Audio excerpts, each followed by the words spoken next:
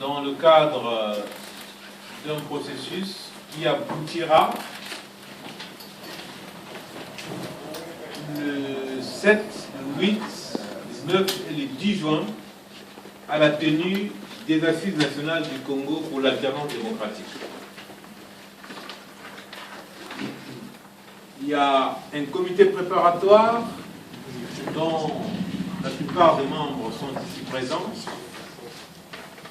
qui a donc la charge de conduire ce processus et qui a estimé que chaque semaine, il serait bon de créer un événement qui permette à la dynamique de se faire connaître et surtout qu'il soit l'occasion d'une médiatisation pour expliquer à la fois ce que nous appelons le pourquoi des assises nationales, ce que nous appelons le comment de ces assises nationales, et aussi pour explorer ce que devrait être la suite de ces assises nationales. Donc aujourd'hui, c'est le premier événement, cette table ronde que nous consacrons au thème de l'alternance démocratique en Afrique. Nous avions prévu d'avoir 3 intervenants, un sur l'expérience de l'Afrique du Sud et 2 autres intervenants sur l'expérience du Sénégal. Nous avions aussi prévu qu'en ouverture de tout cela, il y aurait un film sur la commission Vérité et Réconciliation, un film réalisé sur le terrain par notre compatriote et qui est l'un des acteurs de cette dynamique des assises nationales pour l'alternance démocratique. Je vais parler de l'astronomie qui est là présente. Malheureusement, nous avons des difficultés techniques, comme vous l'avez constaté. Si d'ici d'ici 17 heures, nous trouvons la solution au problème technique, on verra ce film. Sinon, nous envisagerons de le voir pour une autre fois. Je me permets tout simplement de situer cet événement de ce point de vue, c'est-à-dire en tant qu'il s'agit d'un processus. Je dois ajouter à cette indication 2 éléments d'information.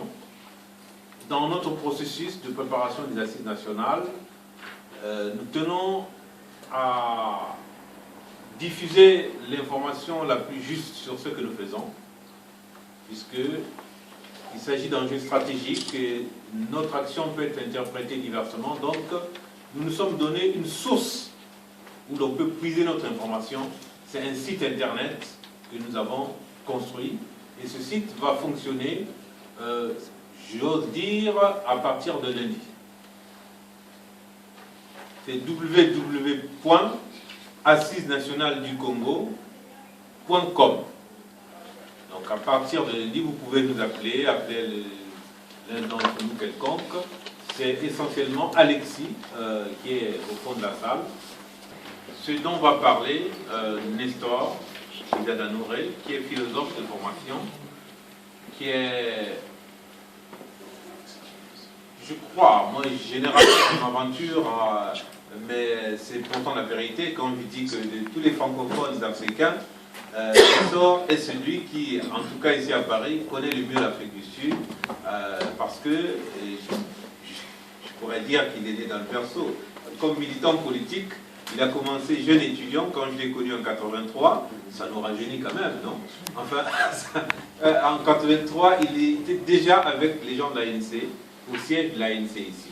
Et il a pratiqué tout au long de ces, je n'ose pas compter le nombre d'années, tout au long de cette longue période, donc, il a pratiqué l'Afrique du Sud dans ses relations avec les militants de l'ANC et avec de nombreux séjours en Afrique du Sud. Comme journaliste, il écrit à Afrique-Asie, il a écrit, il continue d'écrire. Comme philosophe, il est auteur d'une thèse de doctorat sur les conflits, et notamment le conflit, le génocide rwandais. Les questions des conflits de paix sont au centre de ses préoccupations, puisque il travaille également comme consultant pour certains contrats avec l'UNESCO, ce qui l'a conduit plus récemment en Côte d'Ivoire, puisque les problèmes ont été posés en termes également en Côte d'Ivoire de commission vérité et réconciliation. Il y a diverses expériences que Nestor connaît et qu'il peut partager, bien sûr, avec nous, ce qui veut dire que le lien avec les problèmes du Congo, rien que sous cet angle de conflit, paix, voilà un interlocuteur qui peut nous aider à avancer dans nos réflexions, y compris bien sûr et surtout la commission de vérité et réconciliation. Mais il y a l'alternance démocratique en tant que telle.